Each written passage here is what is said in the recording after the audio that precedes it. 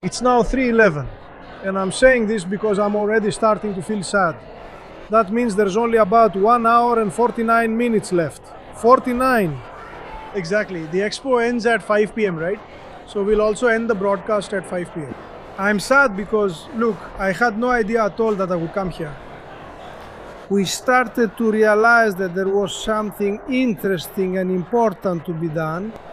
Soon I'll say who made this discovery, who I was with when we found this out, because she's right here by my side. But it was a discovery near the expo. We had little time to prepare, and even so, with an amazing team, I would say above amazing, we managed to set up this wonderful studio that you saw there. We have already broadcast almost 24 hours of programming over these 4 days of the expo, which started on Thursday. But it wasn't just the Jornada team, no.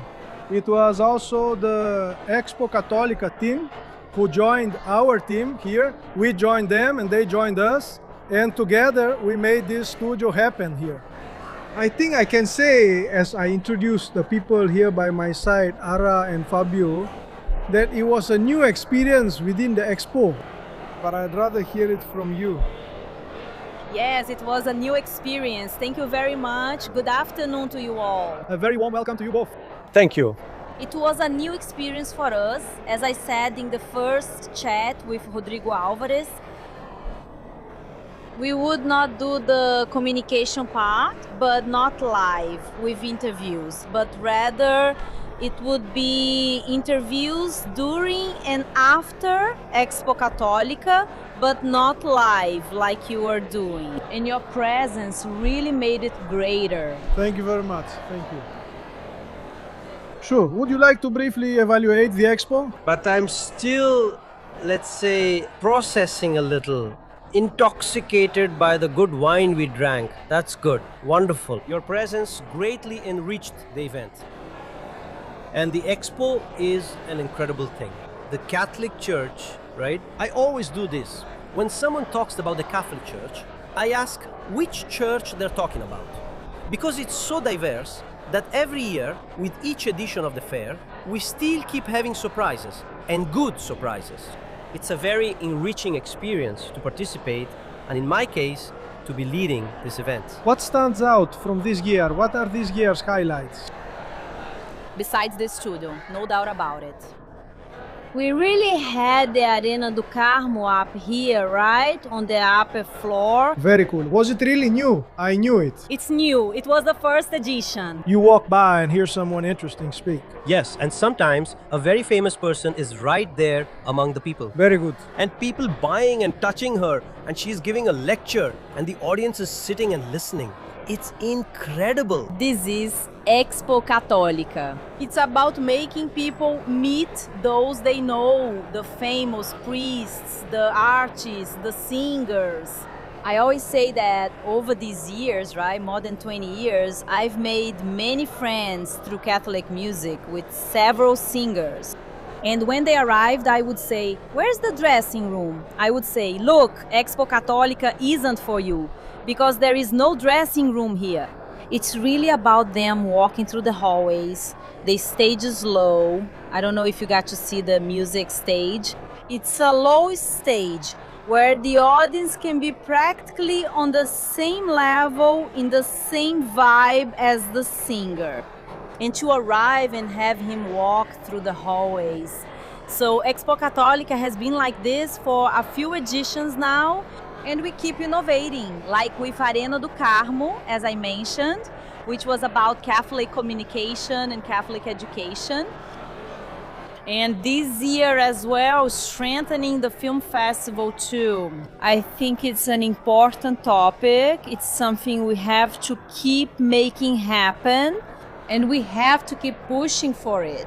Because just as we've strengthened Catholic music for many years, I think the time has come for us to strengthen Catholic cinema now. Yes. Great. I see a lot of diversity, right? At this event. I wanted to know from you how the curation works, right? Yeah, how do you select? How do you send out the invitations? Do you need a little of this, a little of that? How does that work? Well, The Catholic segment, the Catholic market, but it's a broad segment. It's divided. First we subdivided into some niches. For example, the first is the church. What counts as the church here? They are religious congregations. What is its product? It's the charism. It's the Franciscan charism, the Redemptorist charism, the Salesian charism. And there are more than 800 religious congregations in Brazil. 600 female congregations and about 200 male congregations. After the church comes the market itself. Products. Devotional products, the rosary, the keychain, the t-shirt, right? But also liturgical products. Products for church construction. The priest comes in here and he builds a church. He can go from sacred architecture with architects who specialize in sacred art to buying the host he will consecrate at Mass. Then there's the other niche, which is Catholic music, sacred art, the Museum of Sacred Art, the largest collection in the world. Bellissimo only has a small fraction here, right? Then religious tourism is another niche in the segment that's growing all over the world. In fact, it's something I argue about with the Ministry of Tourism. The numbers are really outdated. The numbers are from 2014. Without data, there is no public policy. And religious tourism needs public policy. Tourism needs public policy. Religion is just a theme, like leisure tourism, for example, right? Yes. So, this niches, education, Catholic education is another niche. And finally, the media, right? So, Curation starts to identify these niches and then do what we talked about, which is diversifying the mix. The mix. I can't have 20 pew suppliers and none in stained glass. The priest comes to build a church. He needs to have the architect, the construction company, the stained glass, the bell, the pews, and the image.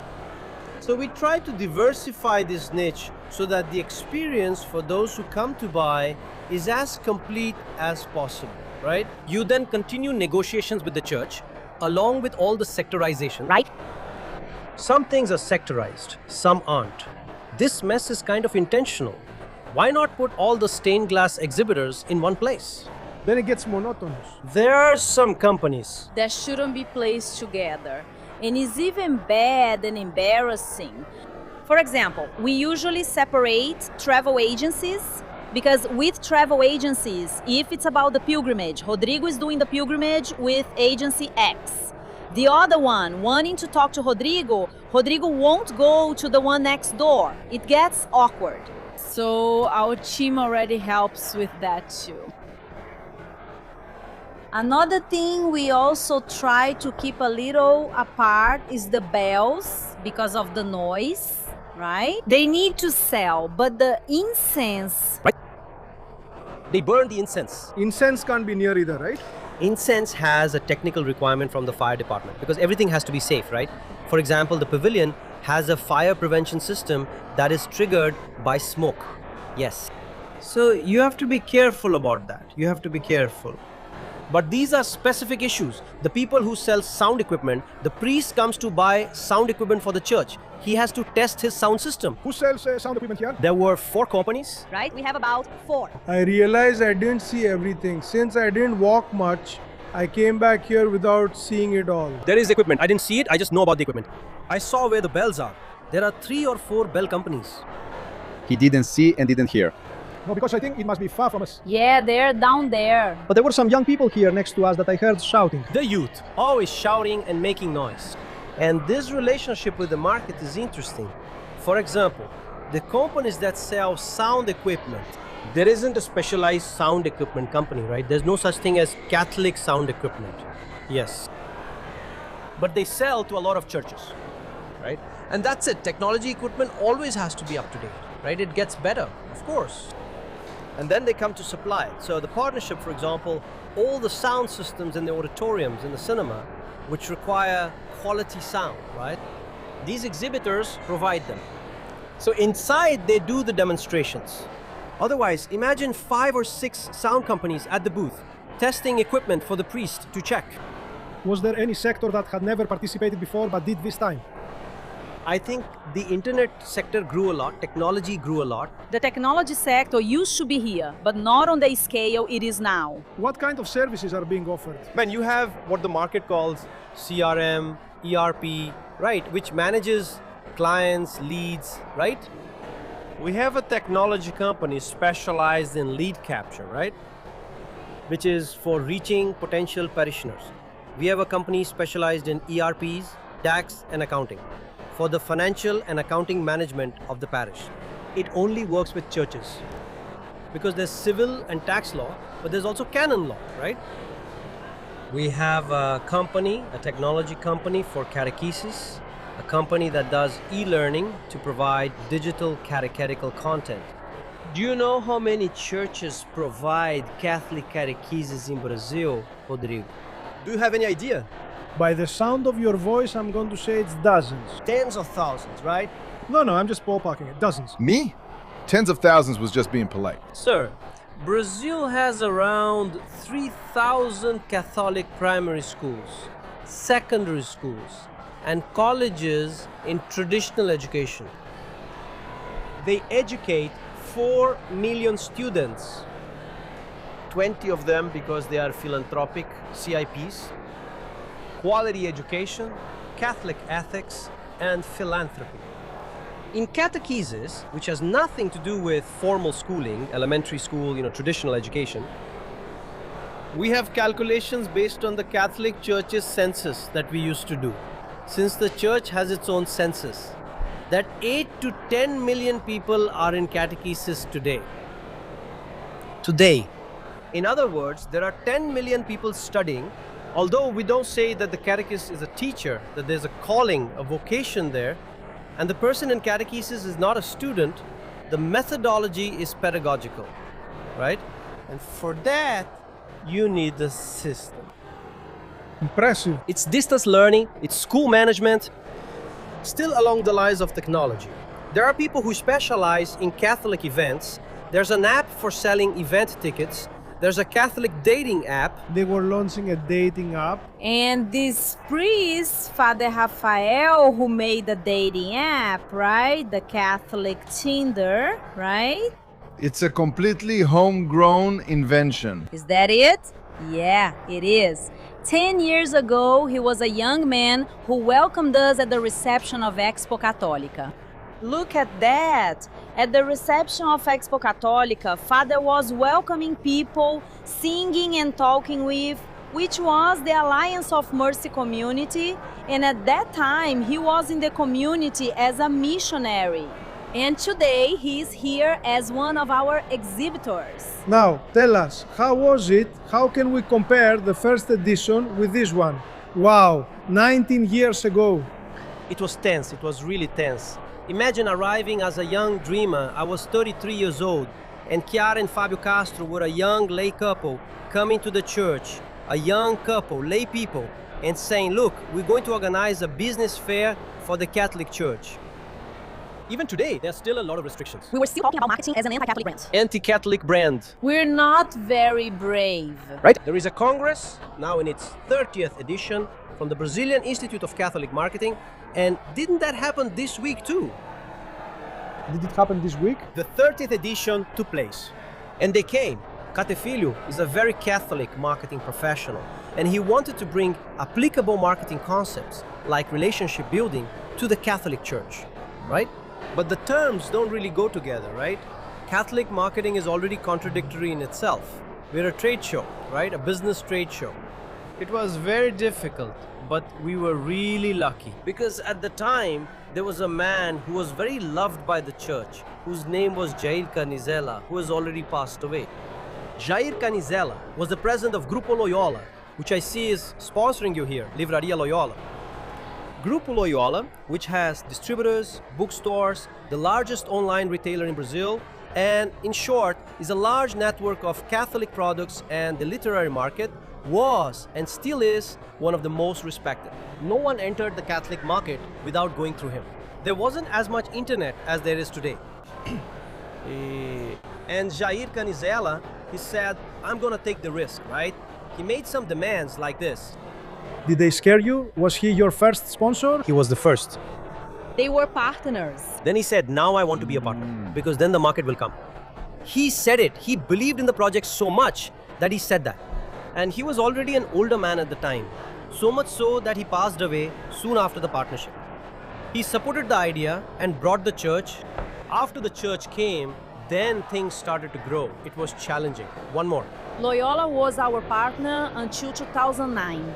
Okay? 2009, you know Mr. Jair. Whom he already mentioned. It's time for you to go, sir. You need to walk on your own. Because from now on, I might get in your way. Then compare the first edition's numbers with this one. Well, in terms of size, we had 4,800 meters. Now we have 18,000 meters, right? And we already have demand for 22,000 meters. Is it going to be bigger next year? Yes, it will, if we manage to, because there's a huge problem in São Paulo with space for fairs, right? Even though we have the biggest centers in the world, or actually in Brazil, right? A Hebe, Centerlort, etc. The schedule is tight and competition is tough. It's São Paulo, after all. It's complicated. But we went from 5,000 to 18,000. And now we're going to at least 24,000 square meters. Square meters of area, plus infrastructure, right? Parking lot, food court. It wasn't in this venue here. No. It was at Expo Center Norte, also nearby here. It was Expo Center Norte in the small yellow pavilion. Just half of the small pavilion. How many exhibitors at the first one? 60 something. It actually started off well. It began well thanks to the distributor in class. Yeah, but it was 60. Half of it was institutional, right? In the park. A lot of data was complimentary, right? You go there, you might pay, you might not. If not, to do. It took us 3 years to break even. Yes. 3 years to break even. And 60 exhibitors, and how many people visited the... first one, 8,000 people. Look at how successful it was. Success. We didn't even have much to offer. Lots of curious people, lots of criticism. I remember a famous magazine that had a yellow pages section. It's still around, but it hasn't changed much. Its power hasn't changed much, right? It was the big fish, right? Yeah, and I gave an interview for Yellow Pages. Poor me. Did he come down on you? The journalist, he was... I don't want to criticize him, but the story angle was biased. It even caught the attention of Páginas Amarelas. What was the title again? Faith market and similar things. But it didn't come out because my press office was very well prepared. We knew we were going to get hit. So we hired a press office, a media trainer for this and that, right? That was back then. Already anticipating the coming crisis. That was coming. She was influential in the market, used her contacts, and got the story dropped. Did you end up giving the interview? I gave the interview, it was ready to go out. Then you said, this isn't good. Then she saw me, and I, inexperienced, excited, right? I was happy, she was happy, I'm going to be in Páginas Amarelas. And I said everything, without her. I hired the PR team and didn't use it in that situation. Then we had another controversy with your colleague, who is very famous from a major news outlet, who also did a report in the biggest media outlet in Brazil, questioning, then controversy, it was terrible. And you? I asked the Expo people, but I have no issue naming names. No, you don't? No, it was expensive. For the Expo staff. No, if you don't mind, we'll start saying what you want. Better not. So the first one ran into bottlenecks, not just on the financial side, right? But was it a big loss? Man, today it's really... No, the pavilion wasn't like that, but everything is really expensive in this event market, right? The rent must have been high, especially for the first time, right? Right? Yeah, millionaires, paying rent, everything has a price, right? Yes, and we didn't know how to do it, right? So like the pavilion added extra days. To organize a fair, you have to set it up. Everyone took advantage of us. The big professional event promoters didn't believe in our theme, in our segment. How did they take advantage? They took advantage like this. I needed 5 days to set things up. They made us rent for 8.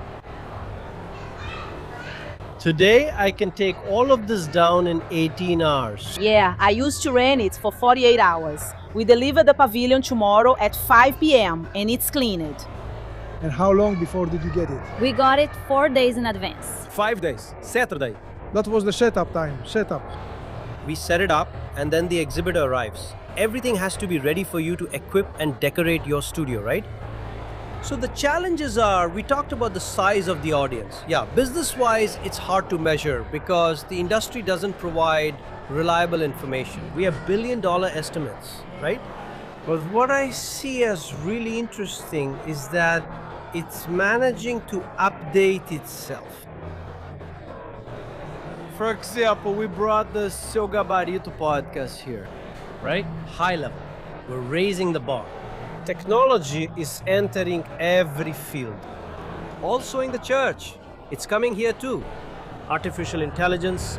There's some technologies here that are already offering artificial intelligence for the church. It's a current topic. Pope Leo just wrote an encyclical about artificial intelligence. So being able to use AI to update the model in such a traditional niche is interesting. It's gratifying. Wonderful. Look, I really wanted to congratulate you all. I wasn't familiar with it. First, I want to thank the person who, for me, was responsible for me being here, which was Carlos René. Yes. From Instagram, Padre Pio, because he said, Rodrigo, aren't you going to ExpoCatólica? I don't know, René. I've been away from Brazil a long time. No, you need to go. Everyone goes. Then he introduced me to you all, and we started talking. I want to thank Carlos René, because without him we wouldn't be here. It was his initiative. He was here commenting and asking questions. Carlos René's participation was wonderful. I want to thank Kiara Castro and Fabio Castro. The name says it all, right? They're married, right? The family working together too. A great example for everyone watching us. I was very happy to see his children. I met Thiago, who is coordinating everything. Yes? He has a degree in advertising and specializes in marketing. And he is responsible for our in-house advertising team, right? He led the team. And you have a daughter as well? The daughter is a filmmaker, graduated from ESPN Cinema. She has a company in Curitiba, but for our events, she takes care of the video side of things. And so she's around here. She's one of the photographers and also coordinates all the teams. I got excited because my youngest son, Rafael, is 13 years old, but she's starting to help me too. I saw Thiago and said, hey, look at what this is going to turn into. So I'm on the right track. He was a corridor kid, as we say. He grew up in the corridors of our events. That's what shaped him. He was. And I also wanted to tell you who are watching us that when we're in a Catholic environment, the first thing we expect is ethics, decency, friendship, and good values. I can attest I experienced that here. I experienced that here with Kiara, with Fabio. I had more contact with Kiara. It was with her that I organized things. But it's very important when you feel that the other side also wants what's best for you, that everyone is wishing well for each other. So it's a welcoming place. Just like in church we are welcome, here we are also welcome. The people who come here are welcome. It's a place of many hugs, many handshakes, even in the business sense. Yes, I've seen many companies shaking hands, some right here in a lounge out front. That's true. Talking about what to do, yes? So my experience was wonderful. I hope yours was too. We're still broadcasting, but I'm already expressing my gratitude to them who are the creators of the Expo and the key people who made our endless journey at ExpoCatólica possible. Without Kiara and Fabio, this broadcast wouldn't exist. And it's not just that you're watching it live, you'll keep watching it for a long time. We're multiplying this content. All the interviews were edited and are still available on YouTube. Many clips went to Instagram, and this entire broadcast will remain available. Well, until next time, Expo, I'm sure it will be. Thank you very much, Fabio. Thank you. Kiara, give my 3 books as a gift. Yes, yes. I mean, all 3. The 3 we are releasing now, which are Madalena, Aparecida, and Maria. I'm just not going to take them out, because then I don't know how to put them back in this little box here, okay? Thank you very much. Thank you. They're for you. Rodrigo, I really want to thank you for the partnership, for your team, who were wonderful, together with our team from Promocats. And to say that ExpoCatólica and Promocats events are open to you We have other events as well. I had already told you about Catequistas Brazil. So we are a company in the Catholic sector. We only do Catholic events. And it's a joy to have your presence at ExpoCatólica and to make ExpoCatólica reach beyond its usual bubble, right? Outside the walls, breaking the bubble. That it really reaches other people that maybe we wouldn't reach.